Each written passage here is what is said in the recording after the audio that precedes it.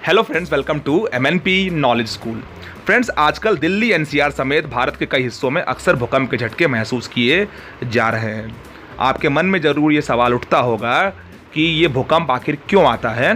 तो इस वीडियो में हम आपको बताएंगे भूकंप आने के पीछे क्या वजह हो सकती है, साथ ही साथ हिमालय बनने की जो कहानी है वो भी जिम्मेदार है कहीं ना कहीं इन भूकंपों का।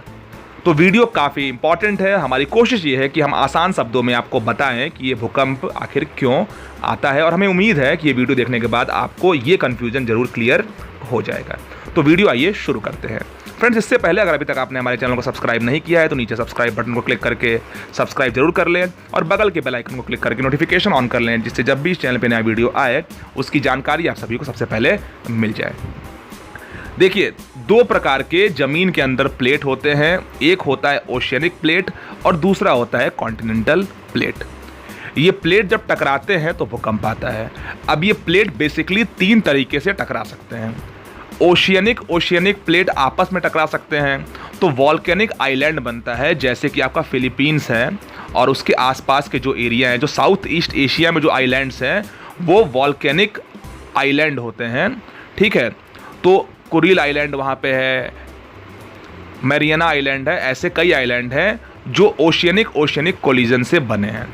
दूसरा कोलिजन होता है कि जब एक ओशियनिक प्लेट दूसरे कॉन्टिनेंटल प्लेट से जब टकराता है तो वॉल्केनिक माउंटेन रेंज बनती है, जैसे कि साउथ अमेरिका में एंडीज़ है, नॉर्थ अमेरिका में रॉकीज़ माउंटेन है और अफ्रीका में एटलस माउंटेन है।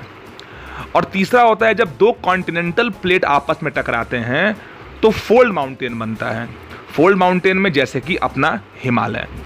अब देखिए, जो कॉन्टिनेंटल प्लेट होता है वो कभी नष्ट नहीं होता है, वो इनडिस्ट्रक्टिबल है, यानी कि एक बार जब कॉन्टिनेंटल प्लेट बन जाता है तो फिर बन जाता है, वो कभी डिस्ट्रॉय नहीं होता है। और जो ओशियनिक जो प्लेट होता है, यानी ओशियनिक जो क्रस्ट होता है, वो चूँकि हैवी होता है तो वो ज़मीन के अंदर जाता है, ज़मीन की गर्मी की वजह से मेल्ट होता है, टूटता है और फिर उसका जो बसाल्ट होता है वो एंडेसाइड मटेरियल में कन्वर्ट होता है और फिर से वही कहानी, फिर से वॉल्केनिक आर्क, फिर आइलैंड और फिर माउंटेन रेंज में कन्वर्ट होता रहता है। यानी कि ओशियनिक क्रस्ट एक तरफ से बनता है, टूटता है, बनता है, टूटता है, लेकिन कॉन्टिनेंटल जो क्रस्ट होता है वो एक बार जब बन जाता है तो कभी टूटता नहीं है। तो ना टूटने की वजह से कॉन्टिनेंटल जो क्रस्ट है वो भूकंप आने में एक बहुत बड़ा रोल प्ले करता है। देखिए, नॉर्थ इंडिया में या ईस्ट इंडिया में जो भूकंप आता है, अगर उसके बारे में आपको जानकारी चाहिए तो आपको हिमालय कैसे बना इसके बारे में ज़रूर जानना चाहिए। तो आइए पहले हम ये जान लेते हैं कि हिमालय बना कैसे।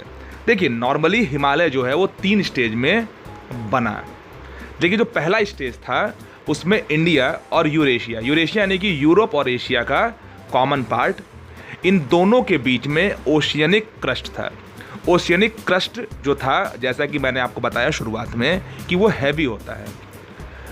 इंडिया का अपना एक ओशियनिक क्रस्ट और यूरेशिया का अपना एक ओशियनिक क्रस्ट आपस में टकराएं, और जैसा कि आपको बताया गया कि जब दो ओशियनिक क्रस्ट आपस में टकराते हैं तो वॉल्केनिक आइलैंड आर्क बनता है, जैसे कि साउथ ईस्ट एशिया में जो वॉल्केनिक आर्क हैं, आइलैंड्स हैं, जैसे कि फिलीपींस और उसके आसपास के क्षेत्र। ठीक वैसा ही हिमालय रीजन में द्रास जो है वो बना। ये था पहला स्टेज। अब है दूसरा स्टेज। इंडिया और आगे बढ़ा और यूरेशिया का जो ओशियनिक क्रस्ट था वो पूरी तरीके से कंज्यूम हो गया, यानी कि वो पूरी तरीके से अंदर चला गया और भारत का ओशियनिक क्रस्ट ऊपर रहा। अब यूरेशिया का जो ओशियनिक क्रस्ट था वो नीचे जाने की वजह से उसका कॉन्टिनेंटल क्रस्ट अब बचा, यानी यूरेशिया का कॉन्टिनेंटल क्रस्ट और इंडिया का ओशियनिक क्रस्ट। ओशियनिक क्रस्ट चूँकि इंडिया का हैवी होता है तो यूरेशिया के कॉन्टिनेंटल क्रस्ट के नीचे भारत का जो ओशियनिक क्रस्ट है वो सबडक्ट हो गया, यानी कि वो नीचे चला गया। तो जैसा आपको बताया कि एक ओशियनिक क्रस्ट और एक कॉन्टिनेंटल क्रस्ट जब आपस में टकराते हैं तो वॉल्केनिक माउंटेन रेंज बनता है, जैसे कि वर्तमान में साउथ अमेरिका में एंडीज़ है, नॉर्थ अमेरिका में रॉकीज़ है और अफ्रीका में एटलस माउंटेन है। तो इसी वजह से यूरेशिया के जो कॉन्टिनेंट के मार्जिन पर वॉल्केनिक माउंटेन रेंज उस समय बना और आज उसके साक्ष्य आपको काराकोरम रेंज जो है उससे मिल जाएंगे। यहाँ पे दूसरा स्टेज पूरा हुआ है। अब आया थर्ड स्टेज। अब इंडिया का जो ओशियनिक क्रस्ट था वो पूरी तरीके से नीचे जा चुका था और इंडिया का भी कॉन्टिनेंटल क्रस्ट यानी कि जो लैंड मास था वो ऊपर था। यूरेशिया का जो भी लैंड मास था वो भी ऊपर था, यानी दोनों तरफ कॉन्टिनेंट थे। तो आपस में कॉन्टिनेंट कोलिजन हुआ। देखिए, जब भी दो कॉन्टिनेंट कोलिजन आपस में होंगे तो फोल्ड माउंटेन बनेगा। फोल्ड माउंटेन यानी कि जो हिमालय बना वो दो कॉन्टिनेंट कोलिजन आपस में जो हुआ वो बना। यहाँ पे हम बताना चाहेंगे कि काराकोरम जो रेंज है वो हिमालय का हिस्सा नहीं है, वो हिमालय से पहले बन चुका था। अब देखिए, दो कॉन्टिनेंट जो प्लेट हैं आपस में टकरा गए, ठीक है। और जैसा कि हमने आपको शुरुआत में बताया कि कॉन्टिनेंट प्लेट कभी नष्ट नहीं होता है, वो हमेशा रहता है। लेकिन जब आपस में इंटेंसली यानी मजबूती से टकराते हैं तो ये ज़रूर होता है कि एक प्लेट दूसरे प्लेट के ऊपर चढ़ जाता है, ठीक है। यानी कि कोलिजन होते हैं आपस में दो कॉन्टिनेंट प्लेट्स में और उनके कुछ टुकड़े टूटते हैं और धीरे धीरे टुकड़े इकट्ठा होकर वो राइज होने लगते हैं और फोल्ड माउंटेन बन जाते हैं। और जो फोल्ड माउंटेन का एग्जांपल हिमालय है, और हिमालय एक यंग फोल्ड माउंटेन है क्योंकि तीसरे स्टेज में वो अपने फॉर्मेशन में बना था, ठीक है।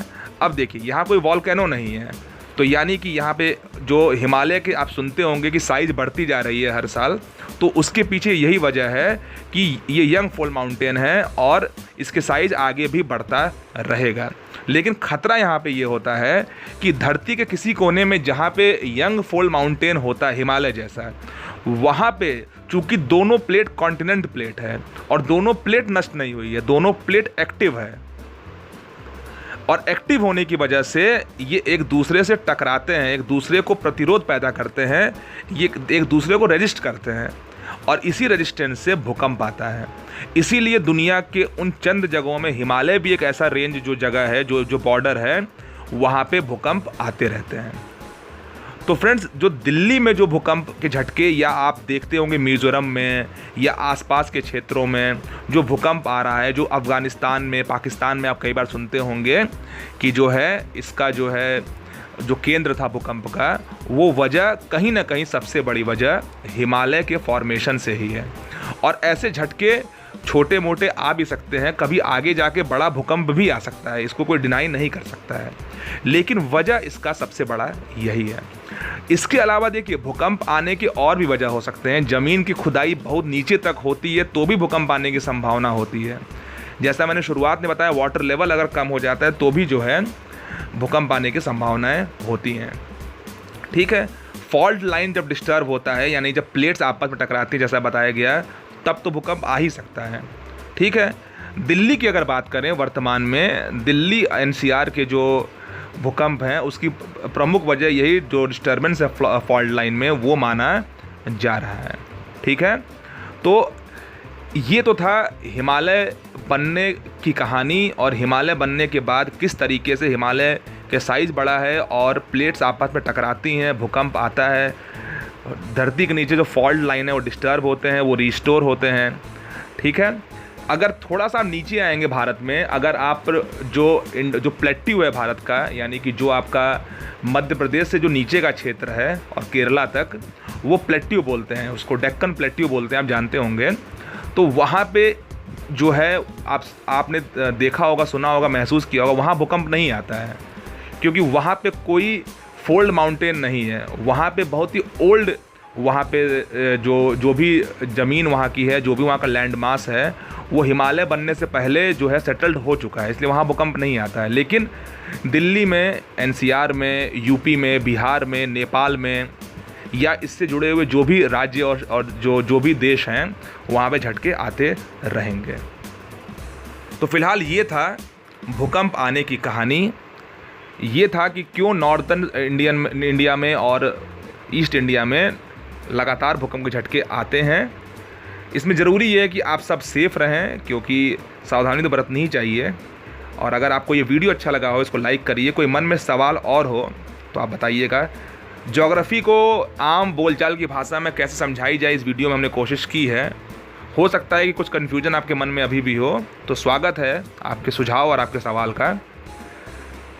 फ़िलहाल के लिए इतना ही। अगर आपको ये वीडियो अच्छा लगा हो तो लोगों से शेयर भी करिएगा, बताइएगा भी, और अगर आप चाहेंगे तो इसको और डिटेल में भी हम समझा सकते हैं।